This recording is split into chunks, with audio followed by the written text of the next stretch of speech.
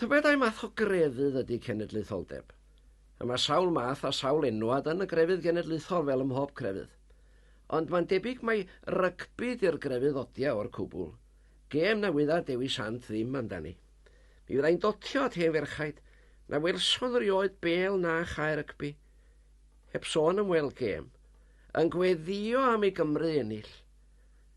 Cofiwch, mae miloedd ohonyn nhw wedi gwirioni efo bwrw codwm ar y teledu hefyd. Ond sut deimlad ydi o tybad i chwarae i Gymru? Mae chwaraewr rygbi enwoca'r byd ar y funud yn Gymro, a mi ddaru ni ofyn iddo fo, i Barry John, yr arian byw yn Hym Cymru, i drio mynegu'r profiad i ni. Dyma fo, Barry John. Nid oes dim migredaf sy'n gwneud mwy o Gymru ohonom na gwylio tîm Cymru neu chwarae dros Gymru ar faes y gêm rygbi. Yr adeg honno mae bob Cymro yn ymfalchus mewn bod yn Gymro, beth bynnag ei iaith, ac yn gwneud ei orau i gannu hen wadfynadau gydag angerdd. O genedlaeth i genedlaeth mae'r 15 yn y crisiau cochion wedi cael eu codi i uchder mawr gan fonllefau'r dyrfa fawr. Roedden nhw'n grwtyn 12 oed pan aeth Eric drws nesaf mi am y tro cyntaf i barc yr arfau. Tocyn 15 swllt, sedd yn yr hen ôl stand a chap ysgol gwendraeth ar fy mhen. Diwrnod mawr i mi oedd hwn. Cymru'n curo'r Alban o 8 pwynt i 3 a Gordon Wells yn sgorio'r gais bwysig i ennill. Nid oedd neb yn gweiddi mwy na fi y prynawn hwnna. Y cymaint yr aberth, roedd mam isiws wedi rhoi mwy nag un par o sgidiau rygbi i mi am brodyr, ond y diwrnod hwnna ar barc yr arfau, breuddwydiais y cawnynau rhedeg allan ar y maes gwyrdd yna a gwisgo'r crys coch rhyw ddiwrnod. 10 mlynedd ar ei ben, daeth y freuddwyd yn ffaith. Hanner awr wedi 6 yn y bore bach a minnau ar ddi hun yn yr Angel yng Nghaerdydd. Nid reserf y tro hwn, ond un o'r tîm.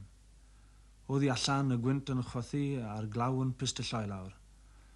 Dyma dywydd ofnadwy a minnau yn chwarae dros Gymru am y tro cyntaf. Ni anghofiaf y dydd tra byddaf byw. Araf iawn aeth y munudau, sylwi ar y tywydd o dro i dro, dim llawer o flas ar y pryd bwyd, ac ar ôl amser maith, cyrraedd yr ystafell wisgo. Yna trawsffurfiad mawr. Roedd yr ystafell wisgo o dan yn o'r stand a'r canu gwefreiddiol yn gwneud asgwrn cefn bob un ohonom i ymsythu. Erbyn hyn, anghofiaf byth y teimlad gefais wrth redeg allan am y tro cyntaf yn y crys coch. Colli fy ngwynt wrth weld y dyrfa, yna yn ôl fy arfer, cydion darn bach o'r pridd i drochi fy nwylo, cyffodd ar bel ac yna yr anthem genedlaethol. Ar un teimlad y tro hwn ac a gefais pan yn grwtyn 12 oed. Erbyn heddiw, rwy wedi chwarae 20 o weithiau dros fy ngwlad. Ni chanwyd hen wlad fy nhadau ym mob un ohonynt, a phob tro ni chaiff ei chanu mae rhywbeth bach o'i le, ond wrth lwc ychydig oedd y troion hyn. Ar ôl clywed yr anthem ym mob gêm, a i nôl o hyd i'r crwtyn 12 oed, ac wrth gwrs diolch i Eric dros nesaf. Cofiwch hyn, taw yn y Gymraeg y chwarae Gareth a minnau, fy nghyfau lloff ac yn y marn un o'r chwaraewyr gorau roed yn y byd rygbi. O'n i bai am y Gymraeg, ni fyddai hanner y symudiadau a'r cynlluniau rhwngdom yn bosib. Felly pwy geisiau ddweud nad oes pwrpas i'r iaith, pan fod tynger y gêm rhwng Cymru a Lloegr yn dibynnu arni. Ar ddydd Gwyl Dewi, gai ddymuno lwc dda i chi gyd.